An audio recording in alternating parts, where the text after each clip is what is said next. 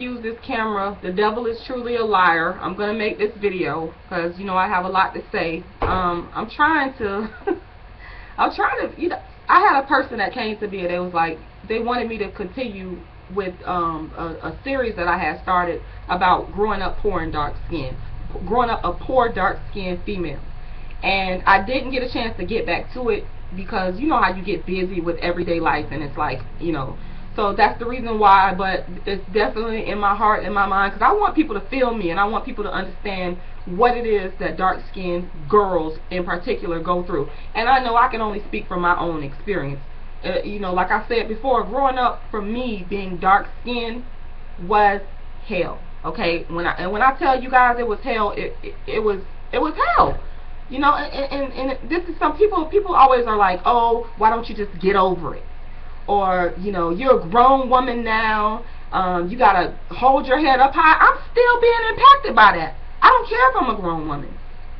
I'm still, to this day, I look at my daughter. I remember when I found out I was pregnant with my daughter, when I found I was pregnant and it was a girl, I'm thinking to myself, how am I going to, deal with the complexities of explaining to my daughter how to deal in her dark skin?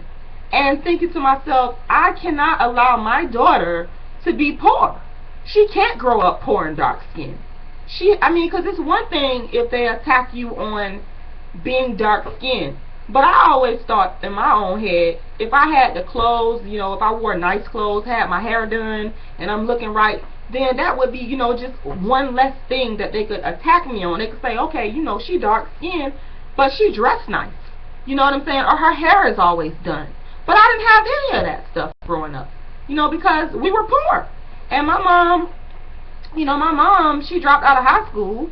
And my dad, he had an 8th grade education. He was in the military. And my mom, she didn't want to marry my dad because he was older than her.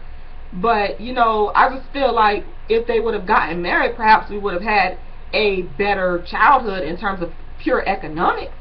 And it's something that's always in the back of my head, which is the reason why I haven't had a bunch of children, because I always felt like the more children you have, the possibility of poverty is always around the corner. And I just don't want my daughter, and I didn't want my son to experience that. And particularly my daughter, because she's a girl.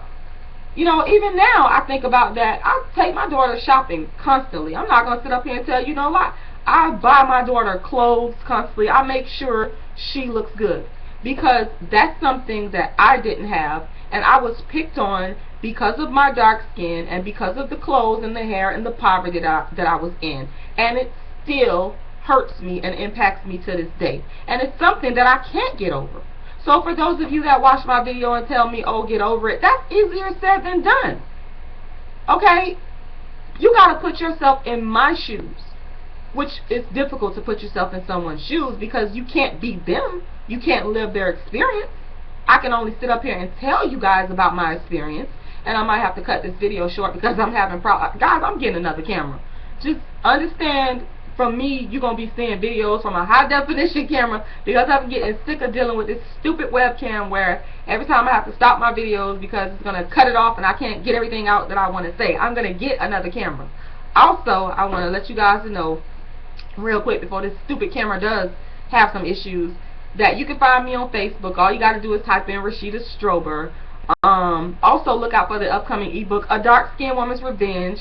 Yes, and I have another treat for you guys. It's specifically for dark skinned women, self-esteem, encouragement, a book that I wish I would have had as a dark skinned girl coming up, because like I said, it's hell. It's hell. I remember days that I would not want to go. People used to say, oh, you too skinny. Well, that's because I didn't want to go in the lunchroom and eat, because I always had this heckler in there that would pick at me because of, me being dark skinned. It was hell. And so how could I go in, into the cafeteria and eat under those conditions? This thing is real, y'all. I mean, it's real. I'm gonna have to make a part 3 to this video because I don't want to lose this footage. I do want to get this message out here because I do want to help other dark-skinned women and encourage them. But that's why I make these videos. I make these videos, number one, because they're very therapeutic to me, and number two, because I want to help other dark-skinned women and girls who have gone through the same thing as me.